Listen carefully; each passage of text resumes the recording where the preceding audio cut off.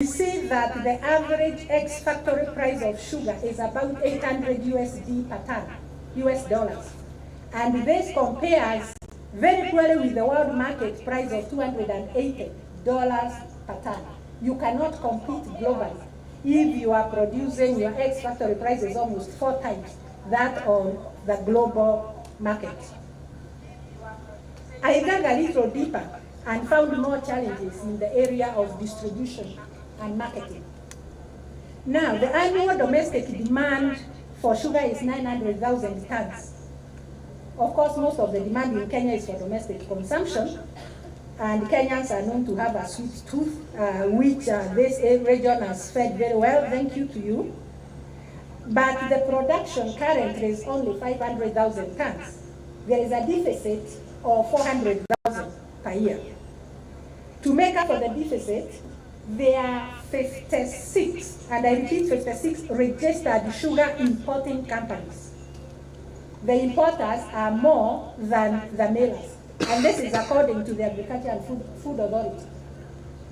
So why so many importers? I mean, we're looking at 400,000 tons, well, we have 56, why not 2 or 3? And the answer is in the unrealistic profit margins that the importers are making from selling imported sugar.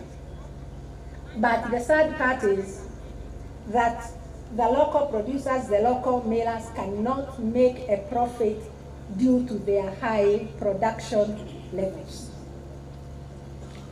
That said, the sugar sector generates about $5 billion annually.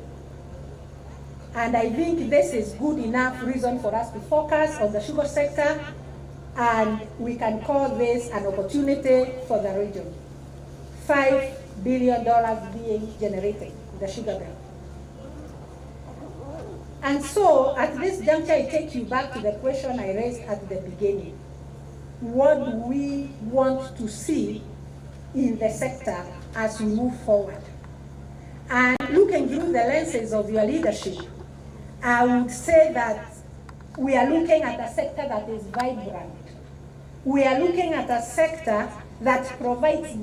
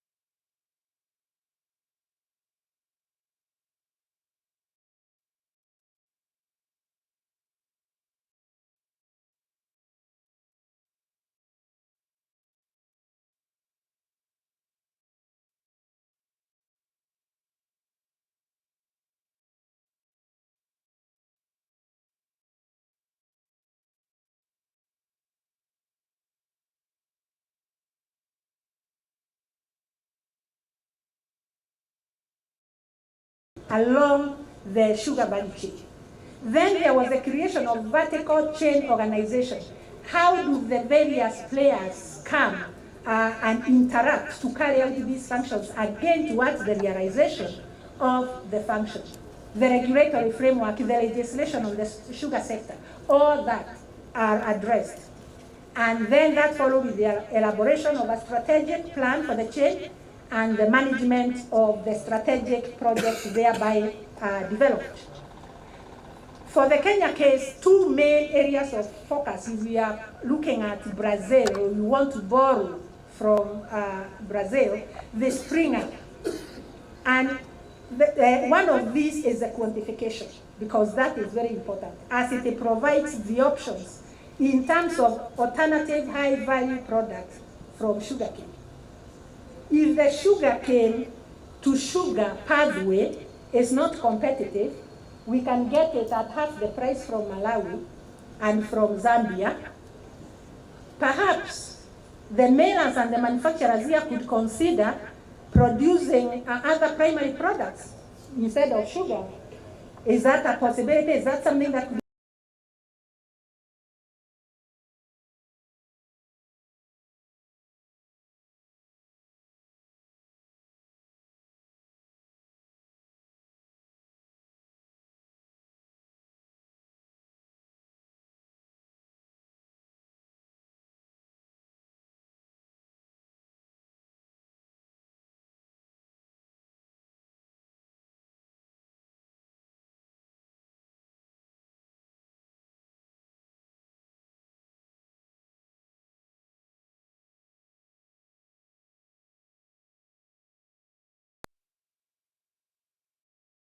$700 per ton. So therefore, 1 ton of sugar cane going through the sugar molasses pathway earns $110 per ton, while 1 ton of direct sugar cane to ethanol will give you $127.5 US. $20 doesn't look like much, but when we are talking about millions of tons, then that becomes very significant. Now, the second area that could be addressed is the increased utilization of the byproducts. We have bagasse, we have filter mats, we have molasses and others. How are they being utilized? They've got various products that can be generated from them. Are they being processed? Are they being utilized? Are they being, the diversification of the sugarcane industry would come from the effective utilization of these byproducts. For example, you can get cut-off feed, you can get refined wax from filter mats. From bagasse, you can get chipboard. From molasses, you can get ethanol, you can get acetic acid, you can get yeast for baking your bread. I'm almost done. Yes, and rum. Therefore, diversification of the chain and the increased utilization of the byproduct not only does it improve the functioning of the industry, but it also promotes the emergence of small-scale entrepreneurs who would be using these byproducts to process other products. And then the chain is generated. The reason being that now the product that is produced as the end product from a byproduct becomes the starting raw material for another product. For example, the chipboard from bagasse becomes the raw material for producing packaging material, cartons, and that. So at this juncture, I would think, Your Excellencies, ladies and gentlemen, I'm staring at an integrated agro-industrial park anchored on sugarcane in the Lake region. An industrial park that is looking at all these products that are possible from the sugarcane value chain. I'm staring at numerous medium and small medium enterprises utilizing byproducts of the sugar industry, and I am staring further at numerous medium and small medium enterprises utilizing secondary products of the sugar industry. Thank you very much.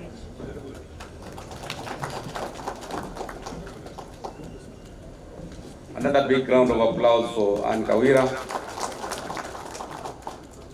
Thank you for that very stimulating presentation, where she has given us a very good historical perspective from the 1970s, 1980, when we started now having challenges. Some of them, of course, she has highlighted, and more importantly, are the opportunities which present themselves. And before I invite our discussants, may I request Governor Lusaka to join the panel, because I can see one of the discussants. Then number two, I want to acknowledge the presence of the team from Kakamega. I think may you just stand up and wave to the congregation. Team Kakamega, thank you very much. Those are my CECs and county secretary and other members of the executive. I also want to invite the chair of LREP to acknowledge the presence of our speaker and other members of the county assembly. Karibu Bwana Chair. Thank you very much. Always something that I should have done when I came is to really recognize all those delegations from the various member counties of the Lake Region Economic Bloc. Kisumu, can you stand and just wave if you are there? Siaya, yes, Kisumu, Siaya, Homa Bay, Kakamega has been recognized, Bungoma definitely, yes, Bomet, Kericho, Nandi, of course, Migori. Mr. Speaker, you are there with your members, aren't you? Thank you so much. I'm sure more people will arrive tomorrow and we can recognize them as they come. Kisi, oh yeah, Kisi and Namira, I forgot Kisi. Hi. Thank you so much, Kisi. Nyamira, I think Vihiga we did recognize that, did we? But anyway, Vihiga, good. Thank you. You are all welcome. Let me thank Anne very much for your presentation. That was excellent, really. And I don't want to take my position because I'm a discussant.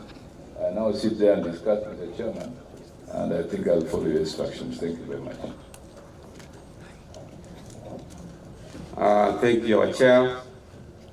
May I also invite Governor Simbarati.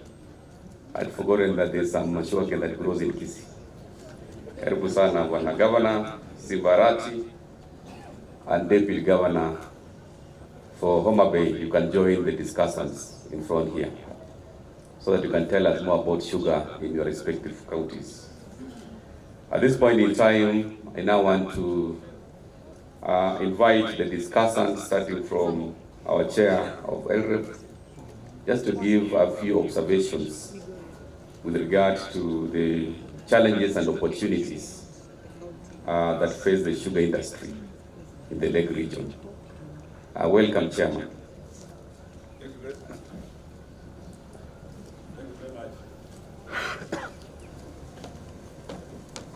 Thank you very much. I think this is working. That would be easier for us when we're sitting there.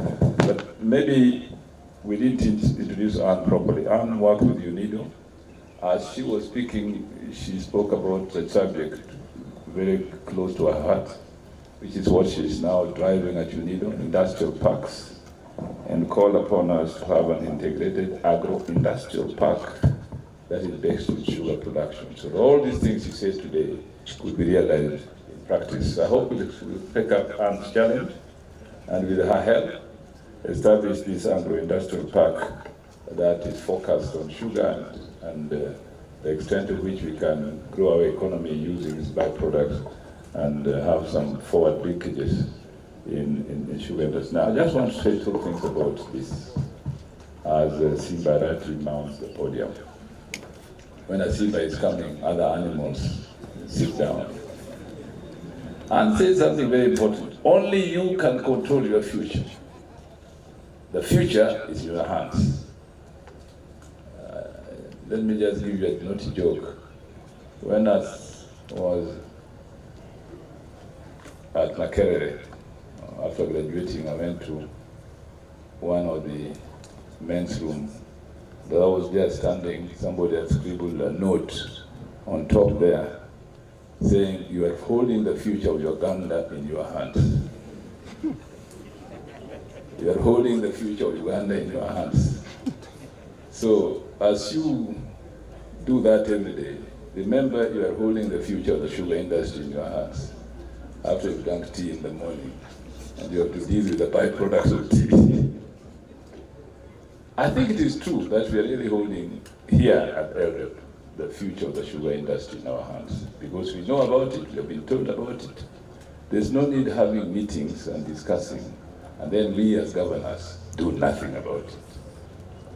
I happen to have belonged to a committee that was set up by the government to do a report on the future of the sugar industry. It was chaired by Minister Migori and Governor Oparanya, the former chair of the LREP, my predecessor. And they chaired that committee very well, especially Oparanya. The committee was composed of the people who have a stake in industry, the government, national and county, the millers, some exporters, and you name it. So there was no reason why that committee should not come out with a good report. I did come with a good report, some of the things that Anne is saying here in that report. And that committee finally recommended some key things. One, that in as much as possible, since Kenya, as Anne said, had been a net exporter of sugar, we should go back to that position, because we are capable of producing enough sugar. Even the 300,000 tons that we always import because we think it's a deficit can be produced locally and we can export. Two, the value addition in sugar, the kind of things Anne was talking about, must be the thing, the in thing now, that we just don't produce just sugar, white sugar, and sell it in supermarkets as Migori sugar, Chemeli sugar, but other things like cardboard, whatnot, ethanol, all that, so that we can also support our auto industry by sugar byproducts. And three, that actually in the final lesson, the importation should be discouraged altogether, because it happened that registered sugar in are the ones really interested in us not being self-sufficient in sugar, because they have a vested interest. Secondly, the sugar companies themselves, finding that they are uncompetitive, they are inefficient and so on, also had developed the habit of importing sugar into, on the basis that they need it as a raw material to do certain things, but actually just packaging it into the local market. So we need to tell the truth to power and tell the truth to ourselves, so that we stop this. Further, the report recommended how to organize production, so that some of these things that we see, that a sugar company from Western Kenya brings a truck to Miwani to collect cane sugar and go back, those should stop. That the catchment area of every factory should be enough to supply cane sugar, to supply cane to that factory, so that it can crush according to capacity and produce enough. And finally, what we say, it is quite clear that government has proved itself to be a very inefficient doing business. Government should get out of producing sugar, of owning factories and so on. And these factories should be leased to private firms. The leasing of companies like Chemeli Sugar Factory, Moroni, whatnot, was an urgent thing. And we said that an entity should be set up to manage that leasing as quickly as possible. Unfortunately, that report was submitted to the former president, and it is still gathering dust somewhere. And some of those recommendations can help address the issues that Anne mentioned here today. So I hope that during my chairmanship, we shall pursue this sugar report that was released under Oparanya and Migori, so that we don't need to reinvent the wheel, because the future of the sugar industry is already in our hands in terms of that report. Thank you very much, Mr. Chairman. Thank you very much, Chair. Another round of applause for our Chair. Thank you for that very naughty joke. I think when we visit those offices, we shall always remember that we are holding the future of I now want to invite our Vice Chair, Governor Lusaka, just for 3 minutes to give some comments on this topic. Thank you so much. I think Prof has said so much, and our key speaker also did mention. Mine was to talk about the challenges of the industry where I come from, that's Bungoma County, and that is Zoya Sugar Factory. One is riddled with very heavy debts. They were written off in the books, but they have kept on reflecting that the farmers are owed. Zoya is owed a lot of money, and therefore that has led into delayed payment to the farmers, which has demotivated them. In fact, if you go to Zoya, look at Zoya in the 1980s, like was rightly said, and today is a sad story. It's like sugarcane came to make our people poor, and it should not be like that. In fact, most farmers are abandoning sugarcane farming and starting to do other things. Ironically, the privately owned factories are performing very well. I think we need to find out what the problem is. Cabras has just come. We have now a new factory in Nigeria by the same Cabras, where they are paying the farmers within 14 days of delivery of the cane. But Zoya, farmers have waited for as long as 3 years, 4 years to be paid. So they have really been discouraged. So we really need to find out why are the private factories doing better in terms of payment, in terms of production and all that, as compared to these other factories that are owned by, where the government has a lot of interest. Just like the professor said, maybe, and this has been proven, that governments are very poor at doing business, and therefore maybe we should just create an enabling environment and let the private sector or bring in investors who will be able to run them better than we have done. That has been proven by the privately owned factories. We have also serious cartels, just like has been mentioned, who also interfere in the importation of sugar, that we have said, but that they import sugar, and therefore the time that our local farmers produce sugar, they are not even able to sell it anywhere because the cartels have brought them in at a cheaper price. Infrastructure, of course, they have also seriously interfered with the infrastructure of, say, the counties that they are operating in. They claim they pay cess, yet the amounts of cess they are paying compared to the damage that they are causing to the roads is not, I mean, they don't match. I had a discussion recently with the Cabras, and we agreed that instead of even paying the cess to the county government, which is a pool, and the money doesn't go back to develop the infrastructure in those areas, they do the infrastructure in those areas so that people can directly benefit from what they are, they can benefit directly from the cess that should have been paid in a pool to go and develop other areas that are not sugarcane growing. So I think that's a conversation that we need to be having. Mine is, why are privately owned factories doing better than the public ones? So that's where the conversation is, but like you have rightly said, I think we have an opportunity, we can do better, and if we also diversify, just avoid focusing on production of sugarcane alone, the other byproducts that are there. As if you went to, I was passing through Sonia Wendo today, and I don't believe that that's what it was a few years ago when I was a DO in that region. It used to be vibrant. The same with Mumias. You go to Mumias now, it's almost a dead town because of the decline of Mumias sugar. So I think we need to go back and make those towns vibrant. Thank you. Thank you, Governor Lusaka. Another big round of applause for Governor Lusaka.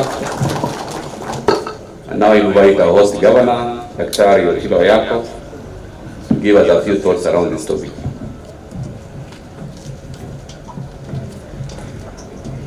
Thank you very much, Chair of the session and fellow governors. I want to declare my interest that I am sold in to promoting sugar growing and milling. I went to school in sugar growing and milling supported primary schools. The community around me do that, and the community that will come after me will also do that. I do not see them doing anything else other than that and other things that may be of profit to them. Having said that, I want to state that the common denominator in the challenges that we have in the sugar sector is attributable to government. If you look at the government-run sugar mills, all of them are either dead or are on their knees. If you look at the ones that are run by the private sector, they are vibrant. So I want to say, not just about the current administration, but about all administrations that are called governments, that they have been unfriendly and have made themselves enemies of sugar growing and milling. If you look at the market in Kenya, we have sufficient market and it is highly profitable. So the problem seems to be government.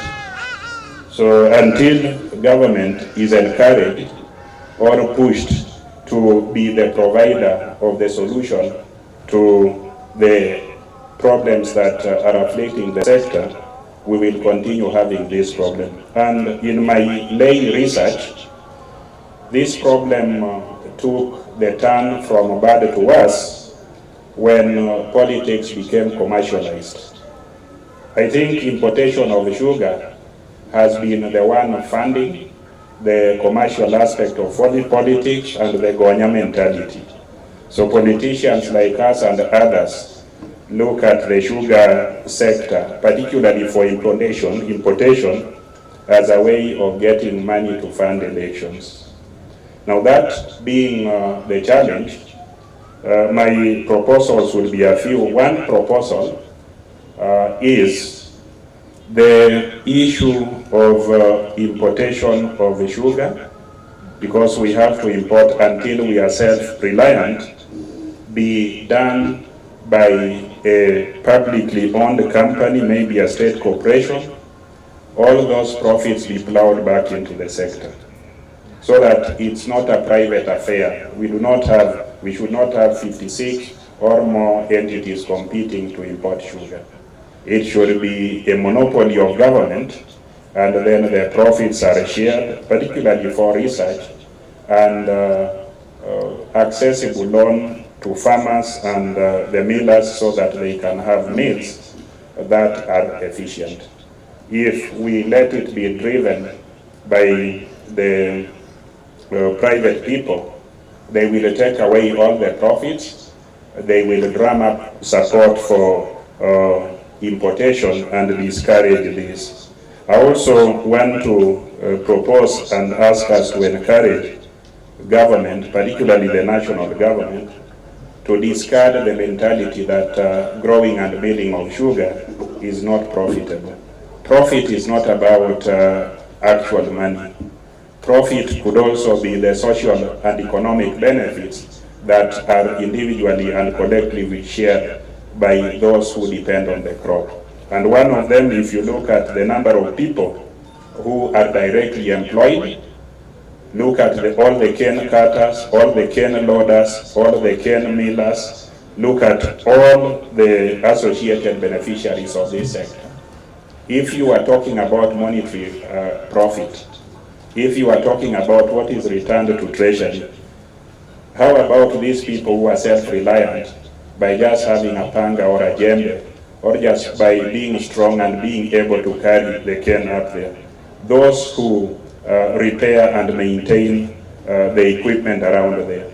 So the profit is immense, but there is a policy that has taken root in the national government quarters by some bureaucrats, that the sugarcane growing is not a profitable venture. So I want us to urge the national government that this is the most profitable sector, and many people engaging in this activity are able to fend for themselves without getting involved in activities that would be unlawful. Lastly, I want to suggest that national government should consider a policy that we are trying to quickly abandon, of protecting our agricultural sector. The sugar sector is a strategic sector. We should do as best we can, just like other nations. When you have a strategic sector, you protect it using fiscal policy, you protect it by negotiating other trade agreements that ensure we are not invaded. I hear that some people calling themselves COMESA reckon that they should be given a right to bring milled sugar into Kenya. If you study, and you study seriously, COMESA is not self-reliant in sugar production. So I don't know where they get sugar to supply to Kenya. Even Uganda, that claims to export sugar to Kenya, if you look around Uganda, Uganda is not self-reliant.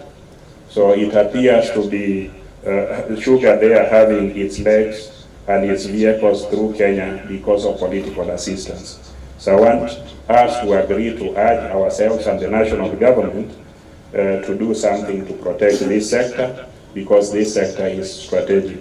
Thank you very much. Thank you very much, Governor Ochilo Ayako. Let's now hear the status of sugar sector in Kisii County and also the thoughts around the opportunities. Governor Sinza.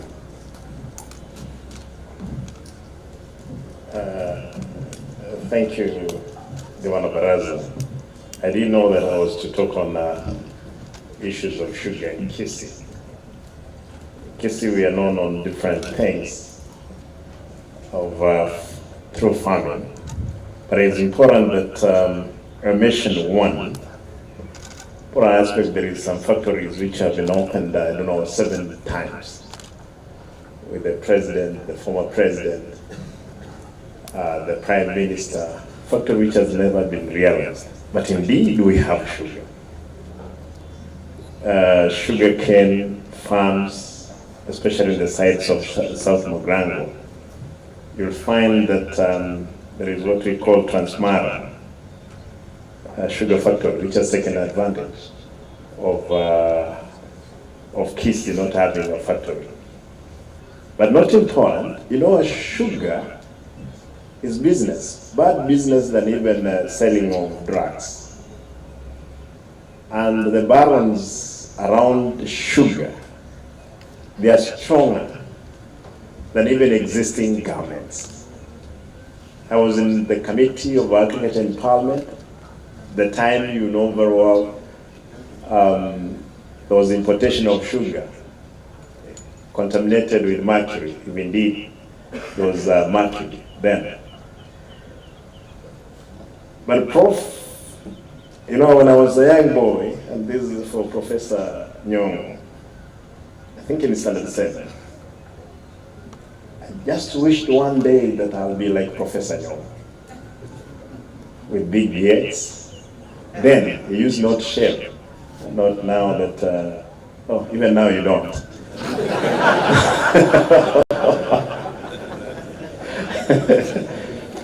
He did mention that the government, they are very poor in business. Prof, I don't want to challenge you, but China government does business. If you see all successful companies in China, they are government owned. And indeed, if you check around, all the construction companies, majority of which are very successful, they are government owned. It's only indiscipline among ourselves. Indiscipline to a level that even we don't want to be corrected when we have gone wrong. People get to offices, people like us, the only thing we can do is to see how best, and including you people, because majority of you are working. We want to even to steal from those farmers, Governor Ochilo said, somebody who has a panga, a djembe, believes that he's rich. But those ones who work in offices, we are there to see how we can reap from those poor ones. It's bad manners that we have. We have to have a U-turn on the way we look into the things, especially on sugar. Sugar in Western, to be told, poaching is a big, big problem. I used to think poaching is the poaching of, those rhino, horns, elephants.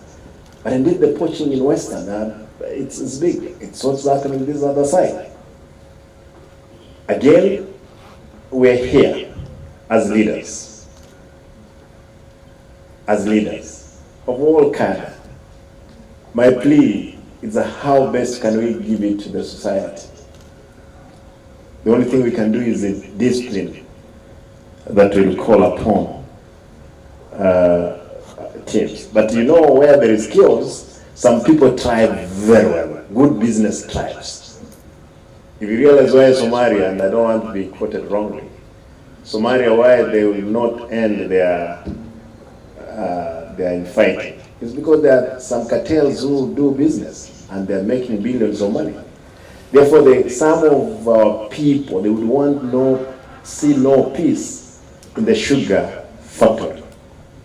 That's why we would want to have sugar from Comesa countries, because they have already caused a havoc in our country. Again, it's the leadership, ourselves as the leaders. I didn't expect to talk on this. Allow me to only mention one thing. But yes, I think I mentioned, I have strong attachment to China. For those one of you know. I borrow the best experience from those people. Is that, again, let us think around how we can instill discipline, even among the farmers. And to see what we can produce. If Migori can produce the sugar cane, the best cane that we can have around, so be it. So that kids we concentrate on banana and avocado. I don't know, I'll be guided accordingly. But again, I don't know, Kawira, you didn't mention about our potential as Kisi. I would have expected that you mentioned how viable even that project is, so that we are advised again to look into what we have. But if you know anybody who is willing again to invest in Kisi in sugar, we have some good plantation of sugar, especially the site, and it's near here, it's near Migori, the neighboring Migori. I'm sure that you get sugar cane from Kisi. Thank you, Chair. Yeah, thank you, Governor Simba. I'm sure at the end of this session you'll have some program with Kawira so that you invite her in the count of Kisi to give you more about how you can transform the sugar industry. And I want to invite Deputy Governor Homa Bay, Mheshimiwa Yugi Magwaga, to give us the status of the sugar sector in Homa Bay County. 5 minutes.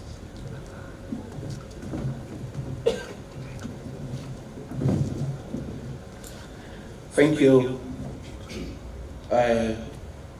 His Excellency Barasa, His Excellency the Chair, ladies and gentlemen, good afternoon. My name is Joseph Magwanga, as has been said.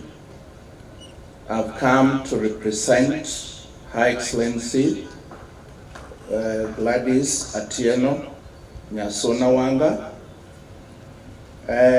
I'm the Deputy Governor for Homa Bay, as well as in charge of agriculture. All of you know Homa Bay. Homa Bay has one private-owned sugar factory, that is Sukari Industry. Of late, Kibos is maybe coming in to get some sugar from Homa Bay.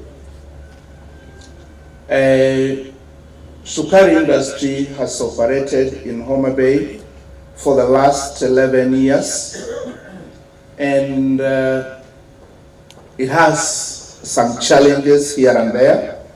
First and foremost, the challenge that has been there is maybe poor road network.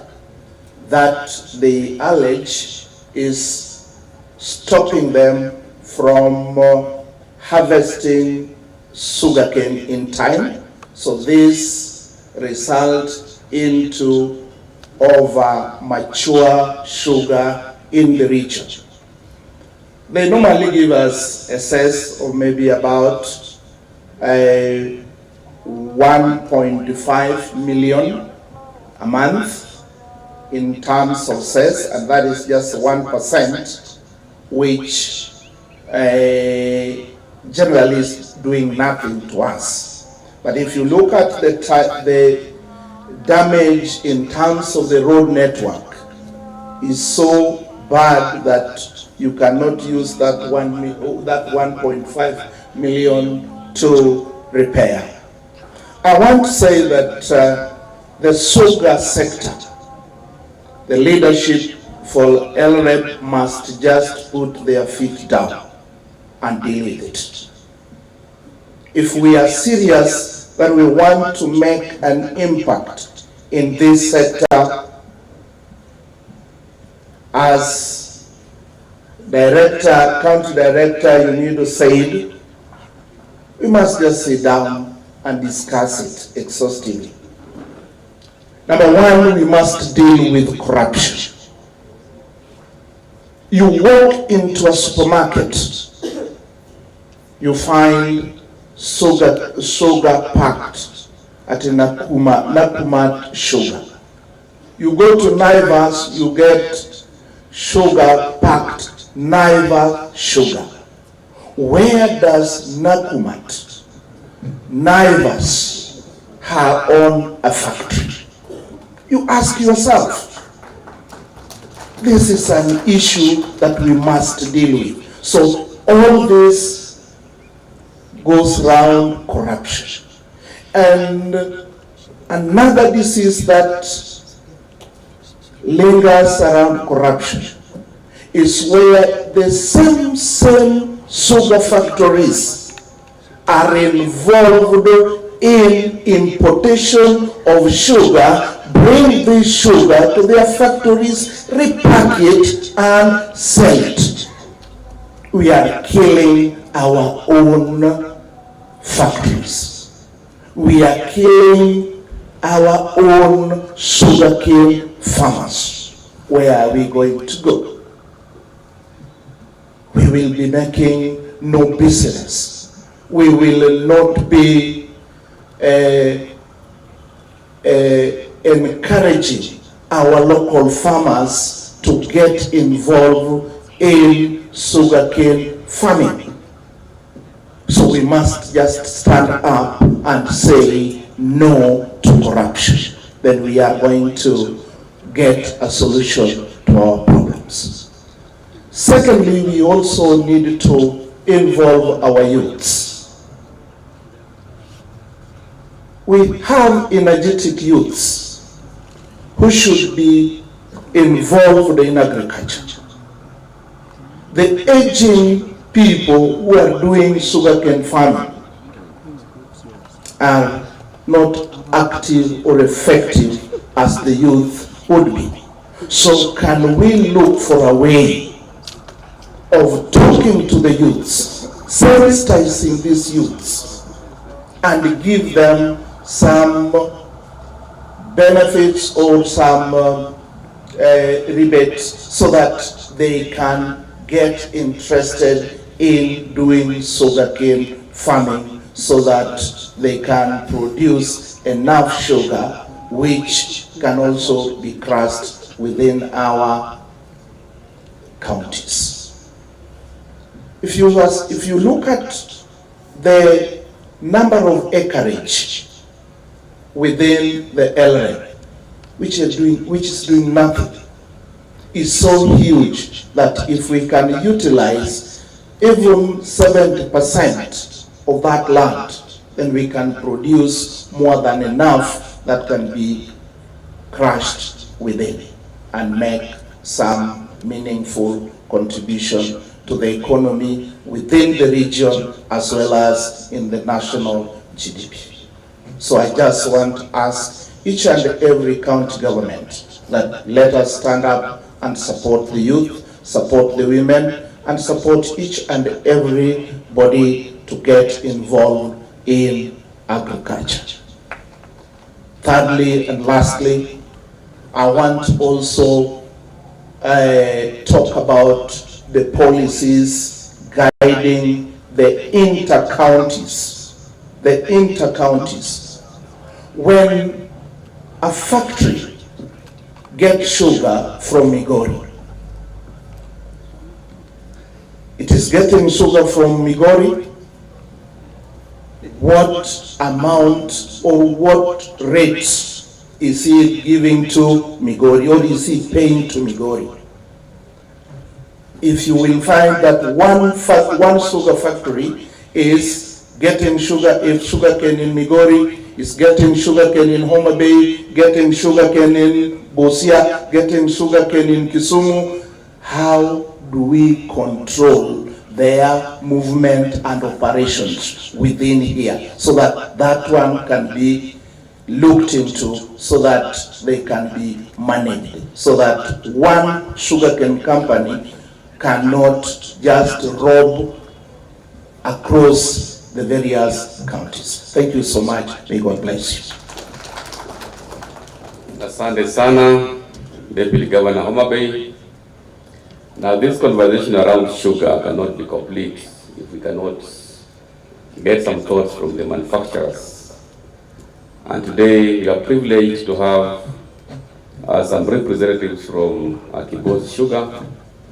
There is Joyce Opondo. Can you step forward? We have Frederick from Transmara. If you are here, please you can step forward. And then Stephen Ligawa from Sony Sugar. As you're all aware, we want to get some specifics, especially the challenges which the sugar manufacturers in the Lake region face in the process, the sale, and some of the possible solutions which can be proposed on the floor. So, Joyce, the floor is yours. Karibu.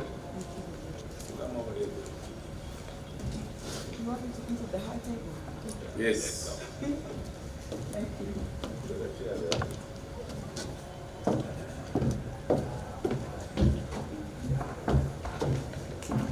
Thank you, Excellencies.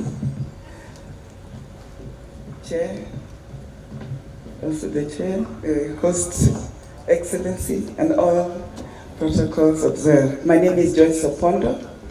I'm the Secretary of KESMA, Kenya Sugar Manufacturers Association.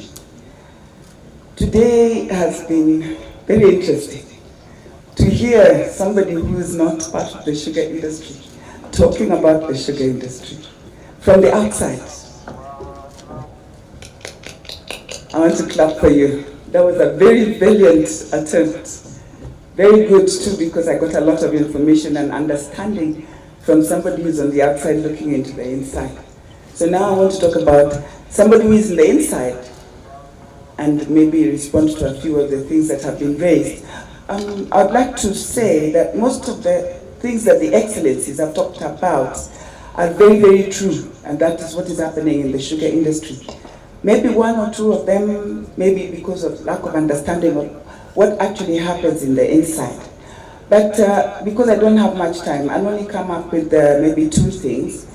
How do we take the sugar industry forward? The challenges are very many currently. There's lawlessness. I don't want to talk about the public sector because I think, Anne, you talked about the public sector. You did not talk about the private sector. I was listening to you and I was listening to you talking about the public millers. The private millers are actually doing very well. The private millers are currently producing up to 700,000 tons of sugar. So there's a deficit because of the increase in population. The demand for sugar is also rising, and the increase in income of Kenyans. Kenya is now safely within the medium developed countries, so therefore the demand for better things is coming in, and then sugar is one of the things that whose demand is increasing. and therefore the demand for sugar has risen every time. It's outstripping what can be produced in the country. In around 2019, the production was only about 500,000. 2020 it rose up, 2021 it has been going up, 2022 it reached almost 700. This year it will surpass the 700 mark, and that is mostly coming from the private sector and one or two of the public sector mills. What we need to do is regulate the sector. There's a lot of lawlessness. Our excellencies have already mentioned some of those lawless things that are happening in the industry. We would like the industry to be regulated. We would like the law. There's a sugar bill going through Parliament at the moment. There are discussions going on. The Sugar Task Force report that the chairman referred to, that was chaired by His Excellency Oparanya, was a very, very good report. A lot of what was in that report was actually borrowed and put in the current Sugar Bill 2022. There are still some areas that need to be tweaked, and the sugar industry needs to be listened to in order to ensure that our voice is heard, because we are the ones who are feeling the pain, a lot of the pain. When it comes to imports, the whole sugar industry is being blamed because of one or two millers who bring in sugar and pack it. I think that is something that needs to come out very clearly and openly. Most of the sugar millers don't bring in sugar, maybe one or two. But we also have another sector that brings in sugar called white sugar. They bring in sugar for industrial use. They bring in excess sugar. They bring it in under what is called trio. They bring it and they're supposed to pay 10%, but I understand that even that 10% duty, they do not pay. And therefore it comes in free of charge. They use it, but most of it goes into the market. If you go to any hotel today, you will find white sugar. White sugar, where does it come from? There's nobody who is allowed to bring in white sugar for consumption. The sugar that comes in is supposed to be for industrial use, but that's not the case today. So we realize that there's a lot of sabotage in the sugar industry. So when we regulate that industry, there's a lot that can be achieved. In terms of diversification, the sugar industry is a manufacturing industry that can contribute a lot into the GDP of Kenya. You've already heard about, currently, let me bring you up to speed, it's not 6 million, it's 8 million Kenyans that depend on the sugar industry.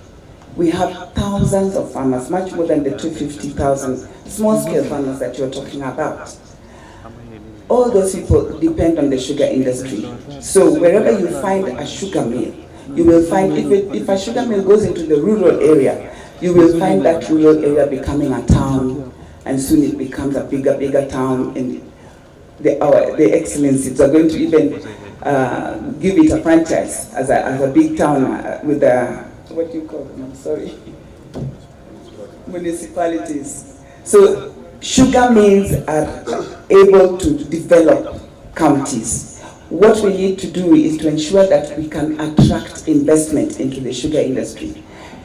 Some years back, there was a lot of interest. I'm an lead expert in environmental impact assessments, and there was foreign direct interest in the sugar industry. I did quite a number of EIAs for those who wanted to come in, but they were discouraged by the fact that the sugar industry, there's too much lawlessness, there's too much poaching of sugar, there's too much litigation, there's too much importation, there's lawlessness all around. If we can make sure that these laws that are now going through discussions are established in the right way, I am sure the future of the sugar industry will be extremely bright. For importation, I think the right idea is to have a government authority that can bring in any deficits of sugar into the country and ensure that the money that, and ensure that as the sugar goes into the country, it stabilizes the industry, because a lot of time when we bring in cheap sugar into the country, our sugar as millers remains in the warehouses. We cannot sell. because it is much, much cheaper than what we actually produce. And then, because we cannot sell, we cannot pay our farmers, we cannot pay our employees, we cannot pay our input suppliers. Chairman, if you give me just one instance. Recently, the government gave permits for the import of 100,000 tons of sugar. That 100,000 tons of sugar was supposed to reduce the price of sugar in the country. So sugar came in, yes. Unfortunately, the price of sugar in the market remains the same.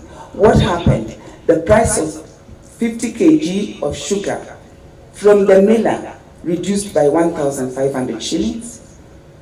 By 1 kg, it reduced by 30 shillings. For the farmer lost 1,000 shillings per ton on the price of sugar. Who benefited? The importer and the distributor of sugar. So we need to look at those issues, regulate them, and ensure that the sugar industry goes forward. There's a lot of potential. Thank you very much. Very well. Another round of applause for Joyce, please. Let's now go all the way to Pasmara. We have Frederick Combs who's here. I don't know if he's around. To give us the perspective of Pasmara, maybe as he prepares, we have Duncan from Sony, Dindo, to give us the challenges the sugar company of Sony is facing, especially with regard to manufacturing, sale, and the processing corridor.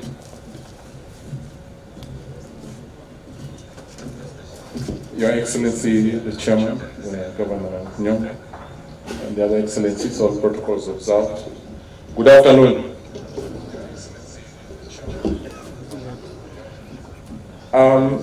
The sugar industry is a passion for us. And I like what Professor said. The future is in our hands. The future is in our hands. These people in front here, this future is you. Why do I say so? Who speaks for the sugar industry? It is domiciled in your government. Who should speak the loudest? The future is in our hands.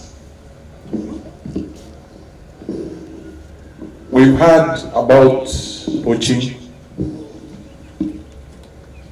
and we have to examine the model in which the sugar industry is operating. The public mills are operating on a model of developing the farmer, developing the cane with the resources from the government, public money, which is used to develop cane and also run the industry. The model being used by the public, I heard you saying that the public industries, the private ones, are operating more efficiently. What is their model? They've only built the factory, but they get the cane from the public farmer, public industry. So when, as a public industry, I cannot get the cane I invested in, that's supposed to be my revolving fund. Where do I get it from? My cane, you've grown cane, maybe maize in your farm, your neighbor comes and harvests it, you go to your farm the next morning, there's nothing. How do you recoup? The issues around the industry are systemic, in the sense that policy is not working. Policy is not working. So who is supposed to look at how to implement the policy? We have an industry which is not having any law active. The Sugar Act has been, actually the sugar regulation has been in abeyance. we try to go to be enacted, there's a law. Who should push for it? Again, I come back to you. It is the governors who are the sugar industry.